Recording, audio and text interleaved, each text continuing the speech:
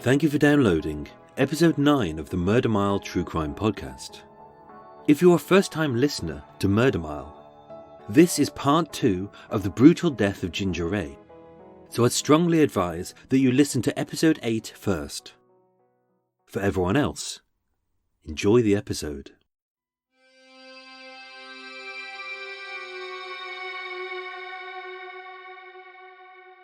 Welcome to Murder Mile, a true crime podcast, an audio-guided walk, featuring many of London's untold, unsolved, and long-forgotten murders, all set within 1 square mile of the West End. In today's episode, we shall re-examine the myths, motives, suspects and theories surrounding the horrific murder of Ginger Rae, a kind-faced and sweet-natured Soho prostitute whose death, almost 70 years on, remains a mystery. Murder Mile contains vivid descriptions, which may not be suitable for those of a sensitive disposition, as well as photos, videos and maps, which accompany this series, so that, no matter where you listen to this podcast, you'll feel like you're actually there. My name is Michael. I am your tour guide, and this is Murder Mile. Episode 9. Who Killed Ginger Rae?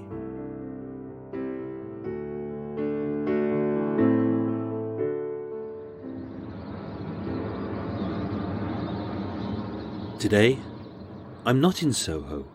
Ooh. Instead, I'm at the National Archives in Kew, one of Britain's largest repositories of public records, which contains everything from maps, wills and military plans to the Doomsday Book and even declassified government secrets. It's an impressively ugly 6-story mishmash of concrete, steel and glass, surrounded by 2 pools, a fountain, and with a long metal walkway leading from its wrought iron gates to a huge glass atrium, making it look like a cross between a futuristic prison and an extravagantly posh swan sanctuary. Security here is tight. Upon entry, your bag is checked by an unflinching guard. You're ushered to a transparent locker where your personal effects are decanted into a transparent bag. Your pre-approved ID is scanned. A second surly guard, your see-through sack, deprives you of any liquids, snacks, hat or jacket. Before your ID is checked again, you're ushered to a numbered box where your pre-ordered files await, and you then sit in a predetermined seat in stony silence as the library guards patrol, watching, waiting and ready to pounce on any dirty Bertie who dares to dog-ear any page. But it's worth it. As for those who love true crime, this is Murder Nirvana. In front of me sits the original police files pertaining to the murder investigation of Rachel Annie Fenwick, alias Ginger Rae.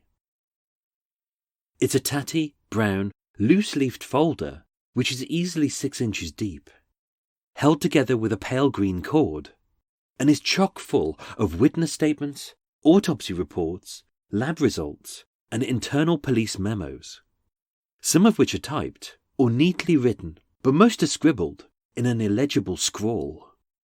And yet, inside this file lies a few new clues, which may help unravel the mystery of who killed Ginger Rae. So let's re-examine the basic facts. On Saturday the 28th of September 1948, in her second-floor flat at 46 Broadwick Street, 41-year-old Rachel Annie Fenwick, alias Ginger Rae, a veteran sex worker with 84 convictions, was brutally stabbed to death. In a short but violent attack, Rae sustained 6 deep stab wounds to her torso, defensive lacerations to her left hand, made using a 7-inch stiletto blade, and a strangulation bruise across her windpipe. She was discovered by Ted, one of her informal boyfriends. She was slumped on the floor, at the base of the bed, semi-clad and partially covered in an eiderdown. Whether she'd been posed is uncertain. Whether this was a robbery is debatable. No sexual violence had taken place, and the time of her death was recorded between 11 p.m. and 3 a.m. Unusually, she failed to meet two male friends, Steed and Dutton, at 10 p.m. in a local pub. And although we can account for her whereabouts until just after 11 p.m, the last known sighting of Ray alive was between 11:15 p.m. and 11:25 p.m. by three fellow prostitutes who saw Ray talking to a Maltese man, and their description of him is truly remarkable. And yet, no one saw her kill her. No one heard her die, and the knife has never been found. But what's more perplexing is not who killed Ginger Rae, but why kill Ginger Rae. Rae was a sweet-natured woman with a big heart and a beaming smile. She was a widower with close family ties, 3 devoted men friends, and no enemies. And although she'd been a prostitute for 23 years, she actually embraced the lifestyle it gave her. And unlike many women in her situation, she had no drug issues, no drink problem, and no debts. Why she was killed is a mystery. So based on the evidence, what can we deduce about the attack? Well, oddly, it's the details that the police report doesn't mention that gives us more of an insight into Ray's last moments. With no reference to any furniture being disturbed, except the blood-stained eiderdown which was used to partially obscure her body, the attack must have been located on or around her bed. With no reference to bloodstains on the mattress, she must have been attacked and died on the floor. With no reference to any injuries to her back, she must have been facing her attacker when he struck. As no knife was found, the killer must have taken it with him. With no key found in her purse, and with both doors locked, the killer must have locked up and taken the key too. And with Rae being a seasoned sex worker who knew how to handle herself, she must have been caught off guard. As no sex had taken place, and she was semi-clad, wearing just her stockings, a slip and a brassiere, her killer must have struck when Rae was undressing and at her most vulnerable. As the attack was short but violent, and yet nobody heard a thing, the killer's initial attack must have been to silence her, by forcing his thumb across her windpipe, stopping her breathing and screaming. As if she'd been stabbed, surely she would have screamed. And with no blood on the mattress, no injuries to her back, and no bruises to the back of her neck, Rae must have been pinned to the floor as she was strangled, with the attacker trapping her legs by using his full body weight before he stabbed her 6 times. And yet, the murder of Ginger Rae doesn't seem like a spontaneous attack. It seems cold, calculated, and callous. He clearly knew when, where, and how to attack, choosing to strike not on the street, but in her flat, in private, and behind a locked door. So was she specifically targeted? That is unknown. Was he a punter? That is unknown. Did she know her attacker? That is unknown.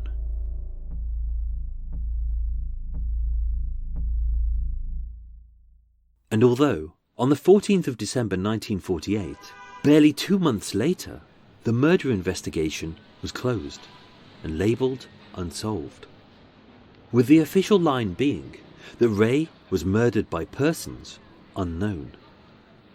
The saving grace of this case is that, with Ray being so beloved, more than 20 sex workers in and around Brewer Street witnessed a wealth of possible suspects, including the Maltese man. At roughly 11:20 p.m, Thomasina Ingram, Alice Nolan, and Rebecca Howland witnessed Ray politely chatting with a man in his mid-30s. He was 6 foot tall, well-built, with a dark complexion and dark brushback hair. He was clean-shaven, with a Roman nose, thick lips, and had uneven and unclean teeth. He was wearing a well-cut dark brown suit, a white shirt, tan shoes, and was carrying a light tan raincoat. And based on the way that he kept looking at Rebecca Howland's mouth, she guessed that he was possibly lip-reading, and that his accent was either Spanish, Greek, or Maltese. And yet, as excellent as this description is, this man was never identified and never questioned. But who is he? Was he one of Ray's gentleman callers, who all supposedly had alibis?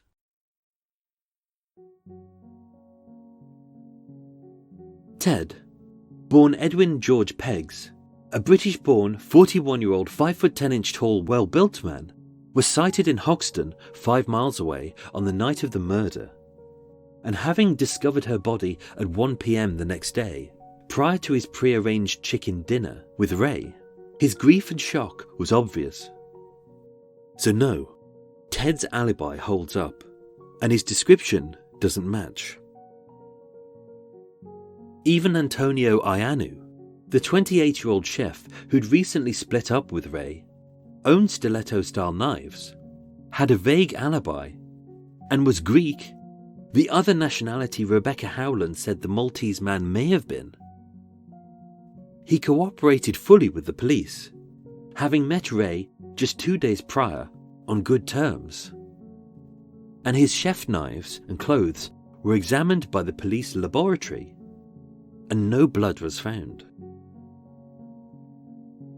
In fact, including Steed and Dutton, none of Ray's men friends had any reason to kill her. None were seen with her, and if they were, the many prostitutes were in Ray's social circle and knew Ted, Iannu, Steed and Dutton would have mentioned it in their witness statements. But they didn't.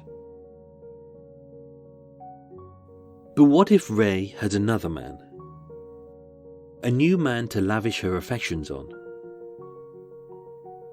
Hidden in a brown envelope, inside the murder file, was a news article from the Today newspaper, dated the 28th of April 1962, and written by Betty Sinclair, a close friend of Ray's, who witnessed her bloody body.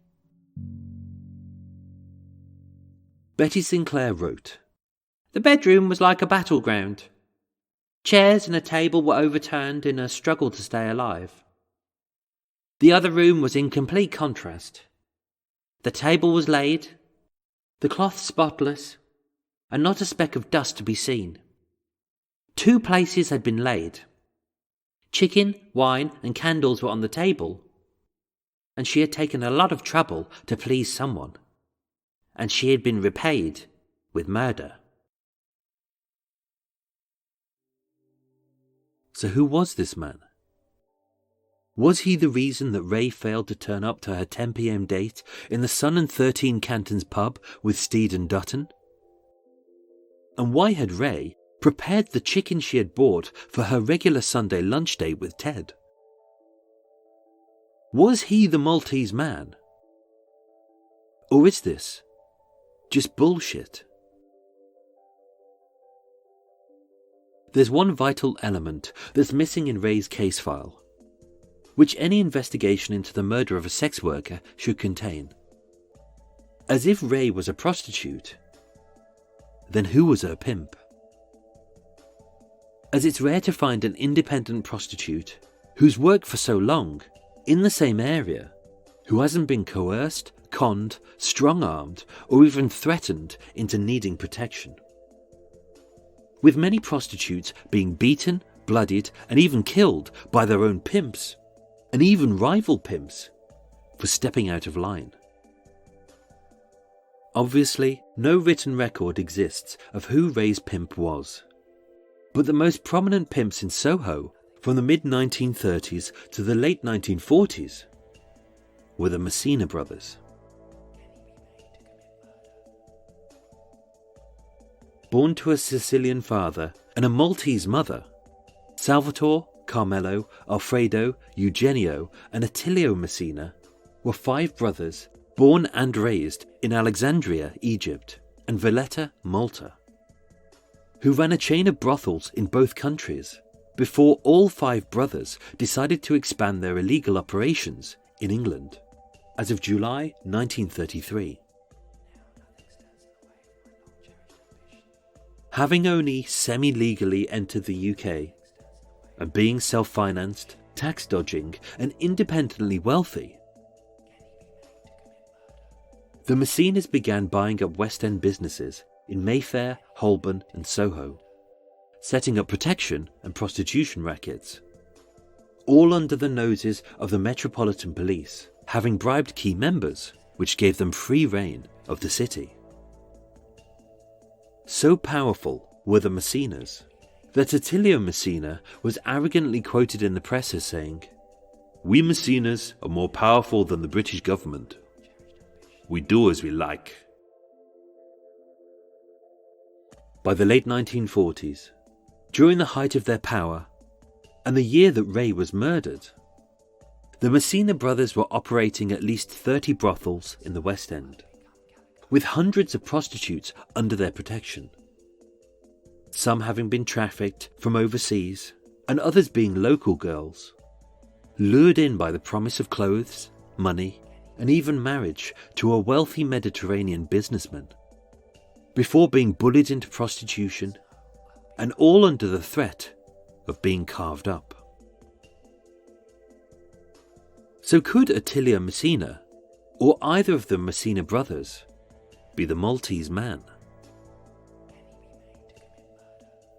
He certainly fits the description, being 38 years old, 5'10", well-built, with a Mediterranean complexion, a Roman nose, clean-shaven, with a taste for expensive suits, and they were all of Maltese descent. But whether any of the Messinas had bad teeth or were deaf, that we shall never know. And yet, if any of the Messina brothers were the infamous Maltese man, surely every prostitute in Soho could easily recognise such a prominent pimp, who ruled Soho since the mid-1930s. Or maybe they were just too terrified to go to the police, to testify against him, or even mention his name. But then again, by the late 1940s, the Messinas weren't the only Maltese gangsters in Soho.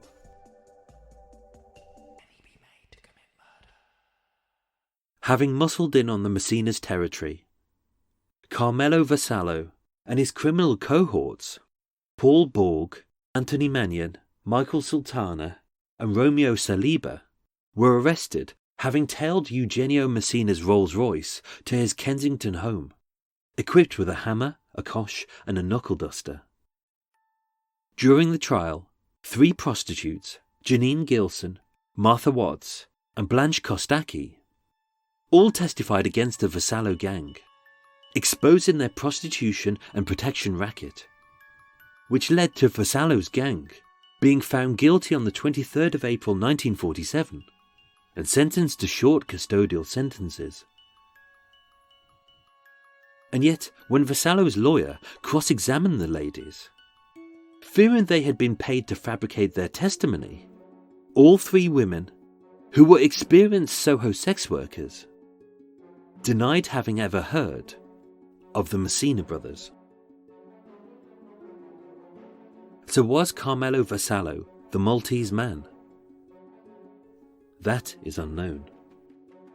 Was the murder of Ginger Rae caused by a rift between Vassallo's gang and the Messinas?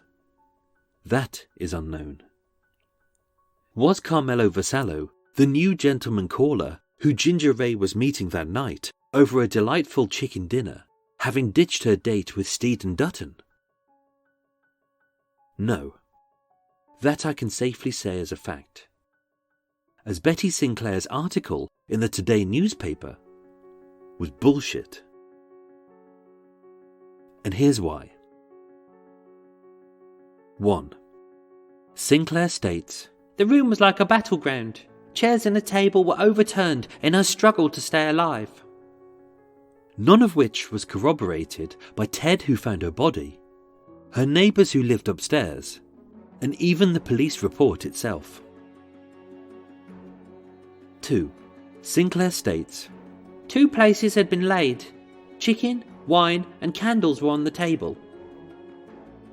And yet, Ted clearly stated he saw the uncooked chicken and the unwashed salad in the kitchen basin.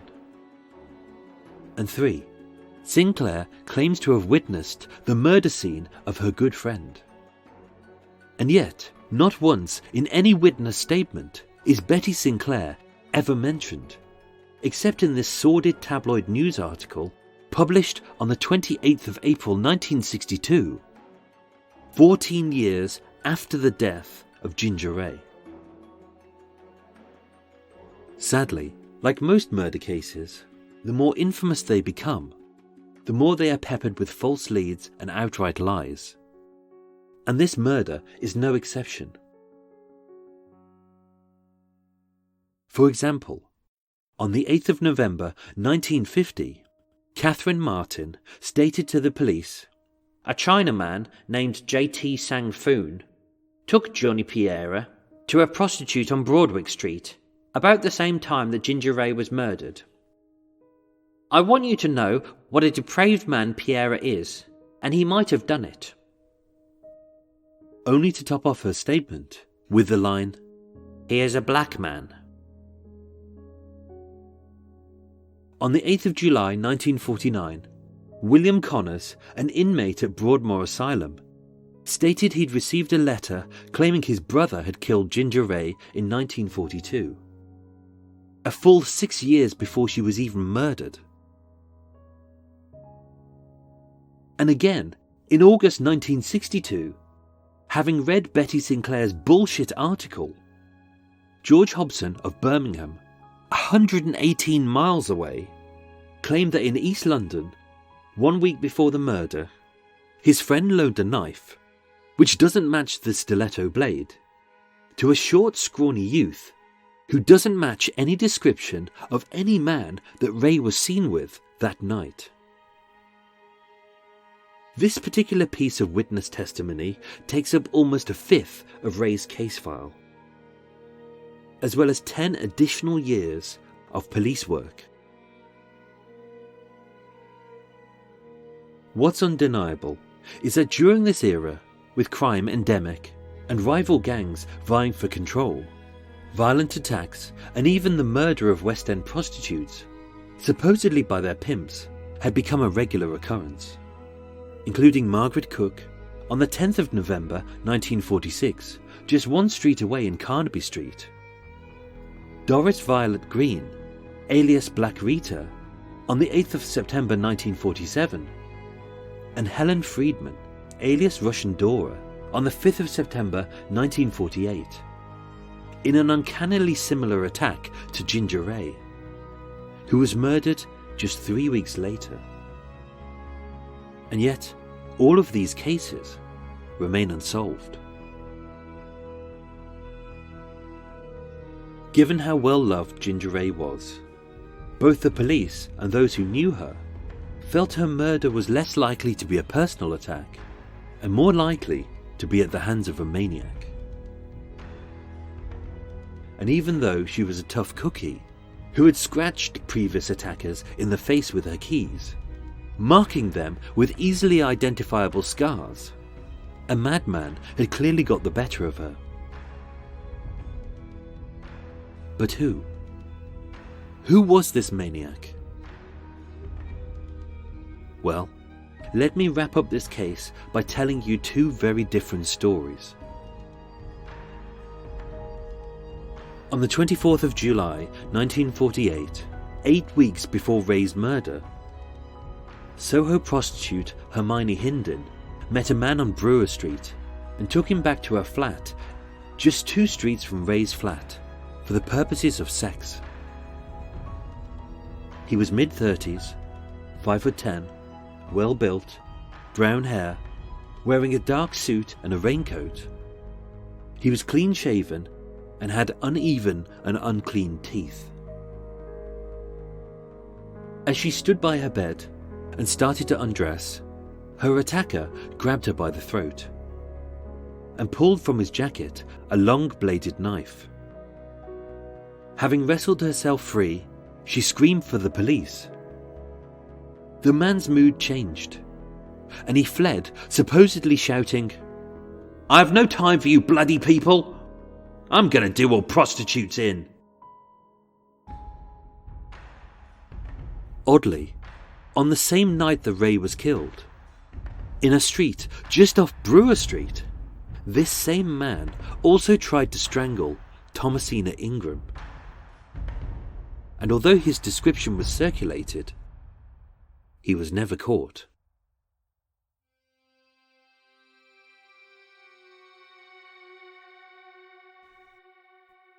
Then, on Sunday the 26th of September 1948, at 1:30 a.m, during the critical 4-hour window when Ginger Ray died,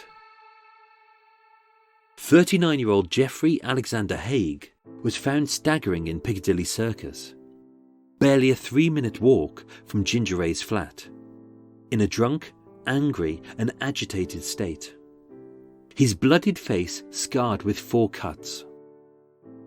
Haig then took a cab back to his Kilburn flat with a local prostitute named Anne Lancaster, and in her words, he proceeded to maul her. The next day, when questioned by Detective Sergeant Billiard, the first officer on the scene at Ray's murder, Haig claimed to have no memory of the previous night, no idea how he got there, and no idea what happened, how he got the scratches on his face, how he ended up in bed with a prostitute, or how he got someone else's blood on his blue woolen suit. And then blamed the entire incident on having run a 4.5-mile race that day and having not eaten. All of which could be a coincidence. Jeffrey Alexander Haig was a civil servant who was knighted by the Queen in the 1946 Honours List and was made an OBE.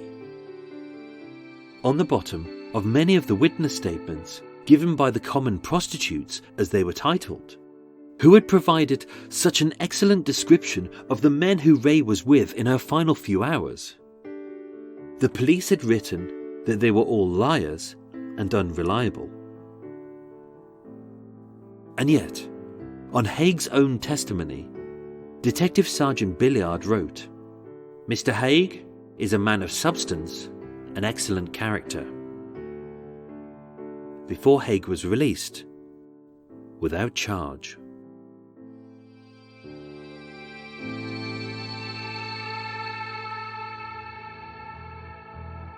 Ladies and gentlemen, thank you so much for listening to Murder Mile.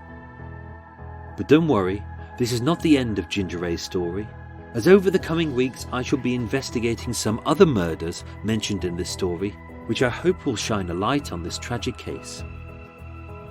And don't forget, if you enjoyed this podcast, don't forget to like it and also share it with your friends. Murder Mile was researched, written and performed by myself, with the main musical themes written and performed by Eric Stein and John Books of Cult with No Name. Next week's episode is Alfredo Zomparelli and the Golden Goose.